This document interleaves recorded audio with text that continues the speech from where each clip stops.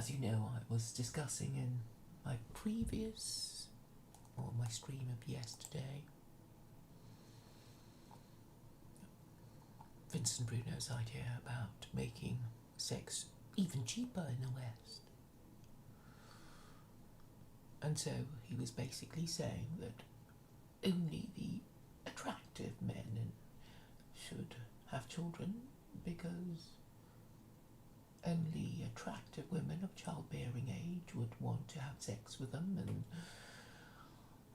as for the others, unmarriageable men, they just have to make do with sex for each other. So no rights to reproduction unless they steal it or rape it or whatever. And then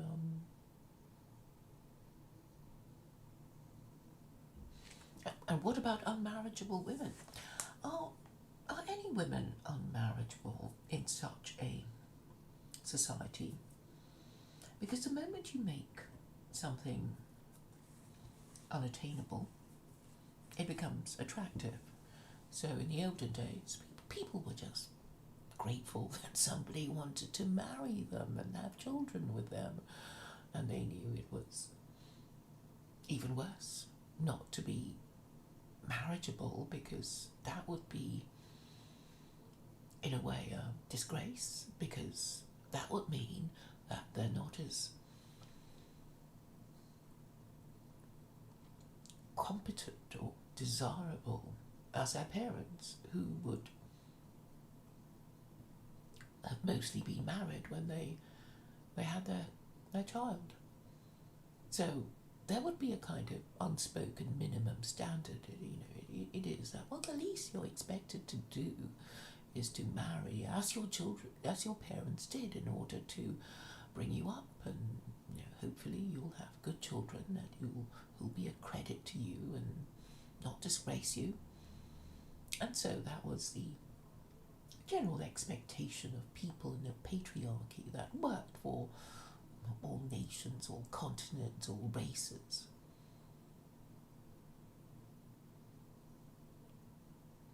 And that went on for centuries. I know it's fueled a lot of wars, after all. Most men are cannon fodder for imperial wars, and women were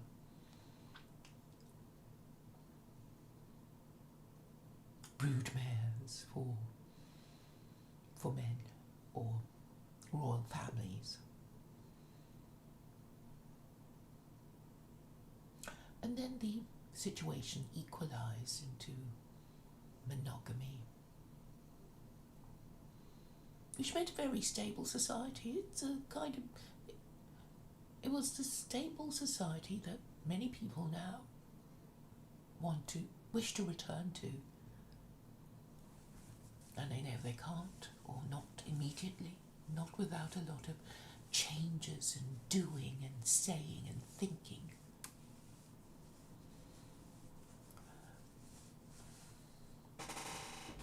So Vincent's idea would, I guess, produce a race of very attractive people, sexy men, sexy women, only having sex with each other. But I don't think their children would be particularly well brought up, because under Vincent's regime, fathers would be sperm banks. I'm not quite sure how he intends this to run. They don't have to pay for their children. Presumably the taxes of unmarriageable men and women would pay for the children of attractive men and women who would want to have sex with each other.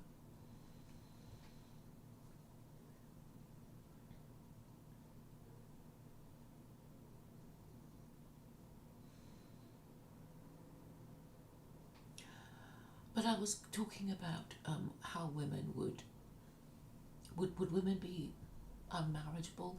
Who who are unmarriageable, I would say, well, unmarriageable people would be people no one would want to marry and who themselves don't want to marry. So being unmarriageable is a state of mind.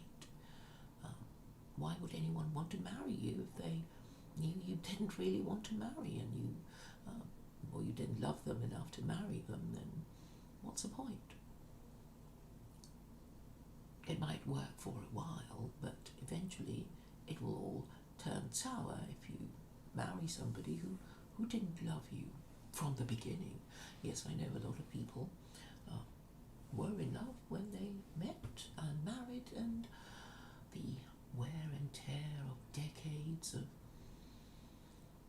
living together will have worn down into boredom and irritation. But people in the olden days would realise that when one has worn the other into boredom and irritation, then we would not be much good for anyone else. And so we would say to ourselves, better the devil we know, for we don't want to fall out of the fire, out of the frying pan and into the fire. It's interesting that these English idioms are no longer being used. They contain a lot of wisdom. Instead, we now use degenerate neologisms that nobody knows the meaning of. I suppose I show my age when I use these idiomatic expressions, which are abbreviated references to, I guess, a lot of ideas that a lot of people would find difficult now, such as, you can't have your cake and eat it. You made your bed, now you must lie in it.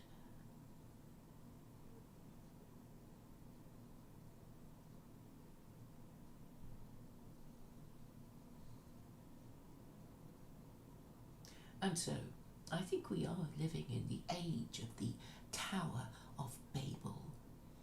But then, not many people would know what I was on about, having lost their Judeo-Christian heritage.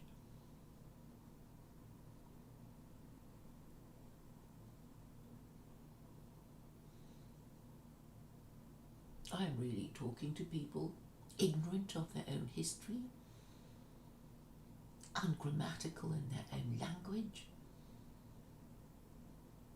who have no idea who they are or what they ought to be.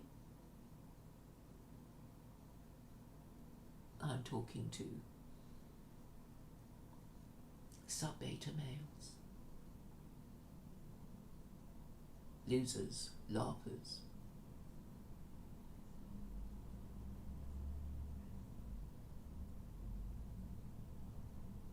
unmanned men who have no courage, who have no principles, who do deserve the regime that Vincent proposes.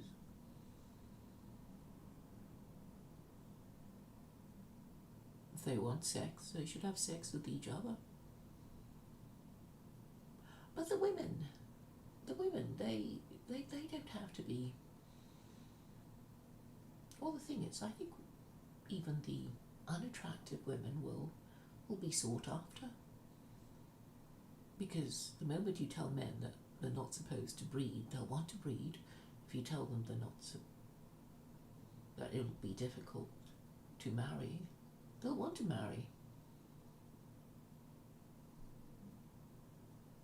And I suppose in this system of changing rules, eventually we will return to a kind of stable equilibrium when the West finally returns to its senses. Currently, my difficulty is expressing these ideas to people who care or care to understand. I try to work out what they think is the way forward. I don't even know. The thing is, you're not even sure if people understand you. And I think that's why I repeat myself, because I'm not sure if people really understand what I'm saying and what I expect or hope for them from people. Maybe they think, oh, it's all hopeless. We're just larpers and losers. We just pretend we have a plan, but we don't. We only expect to die.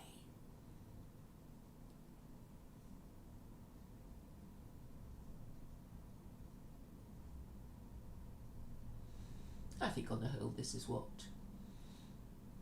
nationalists who are atheists are doing.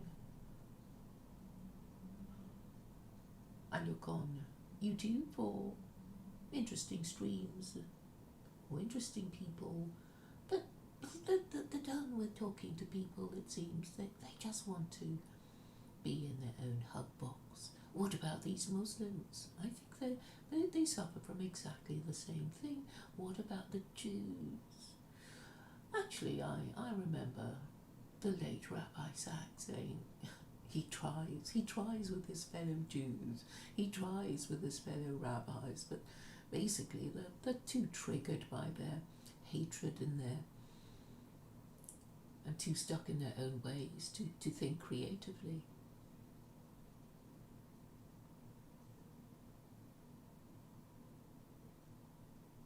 So, what would happen if Vincent's regime is imposed on us? We would have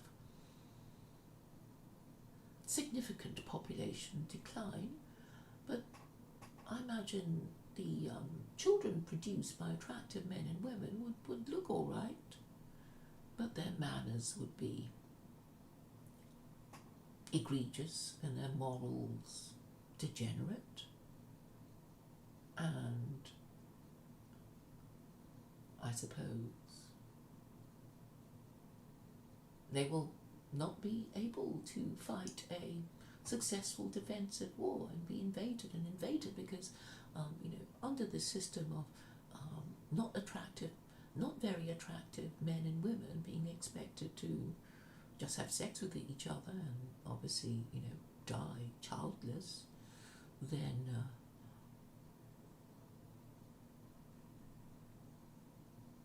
obviously their nation would suffer from increasing senescence and senility and suffer even more shortages of labour, and then they would import cheap immigrant labour who will be younger and will just come and take over.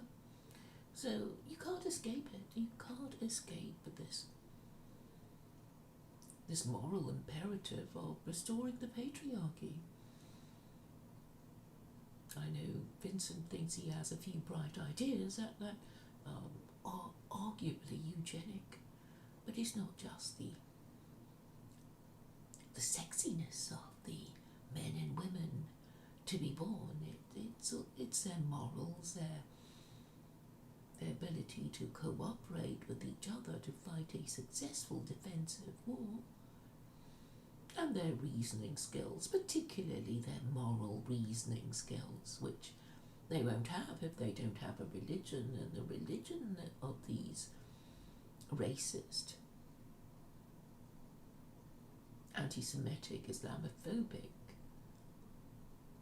nationalists is hatred of the Jew, hatred of the Muslim, hatred of the women of their own race, hatred of their failed, corrupt, incompetent politicians, hatred of themselves. But that's okay, the problem solves itself. They'll diminish in number with each passing generation.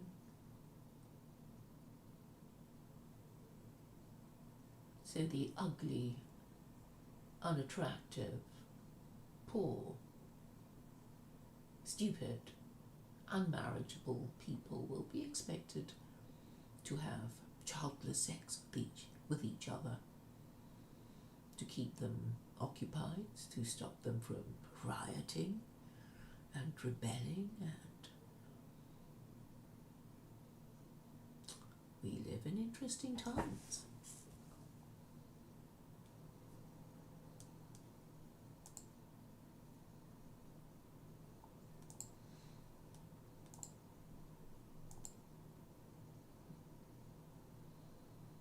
Well, I know there's at least 2 people in the chat. It says 0 concurrent viewers. It doesn't matter. And I want to say before I Okay. go... We're live.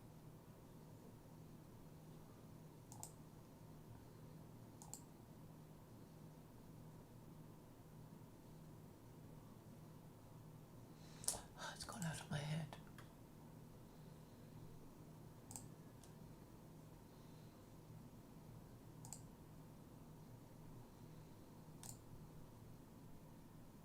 What was I saying? I can't even ask people because there's 0 concurrent viewers. Okay. Yes, so one of the things that Vincent kept returning to was that reproduction and recreational sex will be separated in the way that the church and state was separated. And that means... Well, what does it mean? It will mean that we will have fewer children, obviously, or no children at all if we're gay. And this means shrinkage, decrease, aging.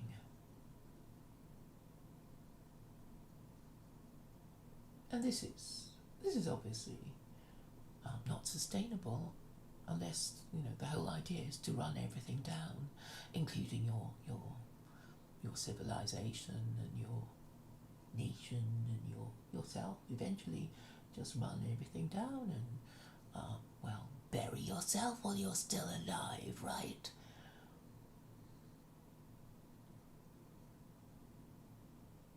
But what's also interesting is the inability to think straight.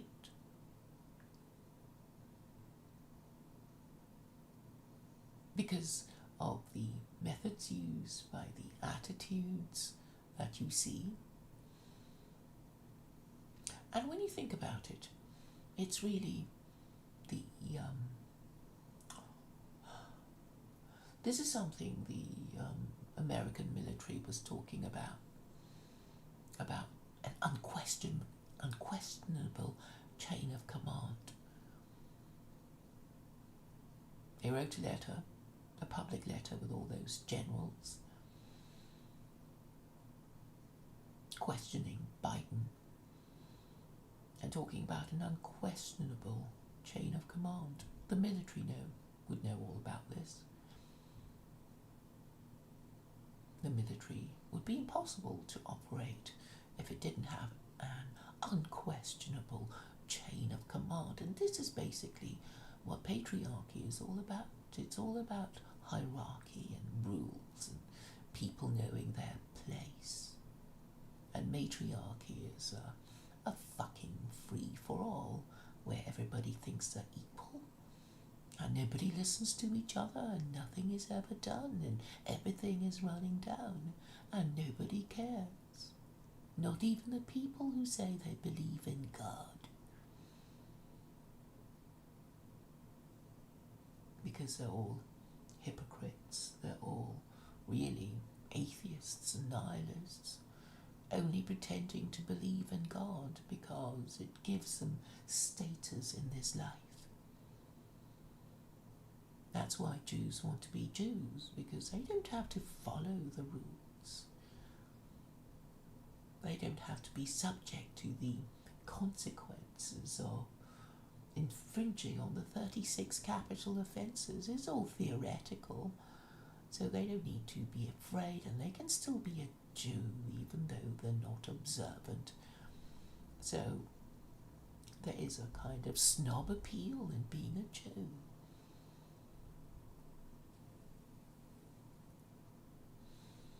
But I don't think that's how they're meant to be. It's a continuing story. They have a purpose. The purpose continues to exist. They haven't done what they're supposed to be doing. Muslims could be getting them to do what they're supposed to be doing, but Muslims don't want to listen to me. Not Muslims like Dili Hussein, who doesn't know about Jews. He only knows his favourite Jew, who agrees with him from Naturai Carter. But then these Muslims don't really know anything very much.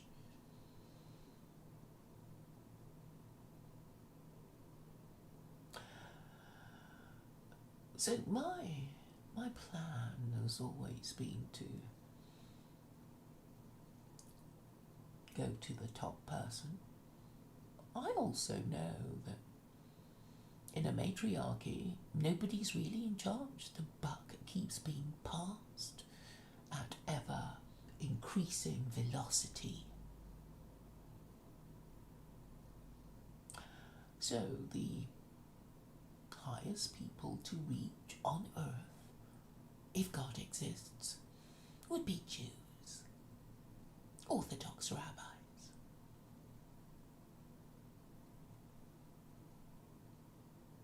And they have been put on notice about what it is I want them to do, and I know they don't want to do it, and I know they're going to ignore me, and I'm saying to Muslims that they won't find you as easy to ignore as me. So the ball is in the court of the Muslims, but then these Muslims, they don't like me, they don't like secular Quranism, they don't think I know anything about their precious religion, and they don't want to talk to me because I'm not Muslim.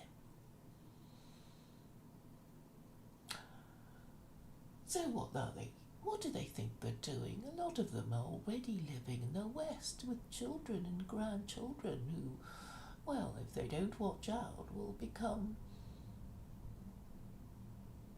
unmarried mothers,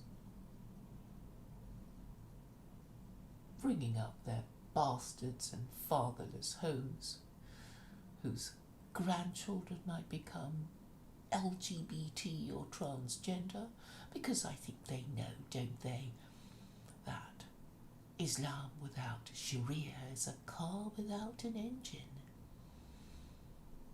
How about that, Dili Hussein? Can you put that in your pipe and smoke it without snivelling? Or not? I don't know. But I think there will be enough Muslims who wonder if Dili is doing as much as he could be doing in developing the argument and having a dialogue with the Jews. Rabbi Beck of Neturai Carter is really not the top Jew to talk to. But I don't think he even knows that. Or maybe he hasn't got the wherewithal to invite a proper rabbi to have an interview with him, probably thinking that he might be murdered by these Muslims. Well, there are other Muslim streamers, but they don't seem to want to talk to me very much. They're all hiding behind their anonymous avatars.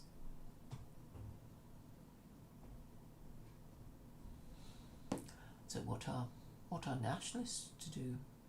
I don't think they are planning anything much.